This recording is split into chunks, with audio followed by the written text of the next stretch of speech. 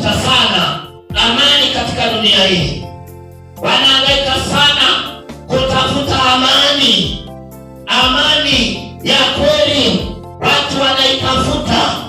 Asubuhi ya leo naomba nikukumbushe kwamba pamoja na kutafuta, pamoja na jitihada nyingi, lakini hawaipati, ni kwa sababu ya zile njia wanazozitumia na kule wanakotegemea kupata amani. Hawajajua chanzo cha amani ya kweli kinatoka wapi. Asubuhi ya leo nataka nikukumbushe kwamba amani ya kweli, amani ya kweli inatoka kwa Yesu Kristo, Bwana wa mabwana, Mfalme wa wafalme. Yeye ndiye ambaye anatoa amani ya kweli katika maisha ya wanadamu yaliyojaa usumbufu, yaliyojaa mateso, yaliyojaa milio, yaliyojaa huzuni, lakini mwenye kuleta amani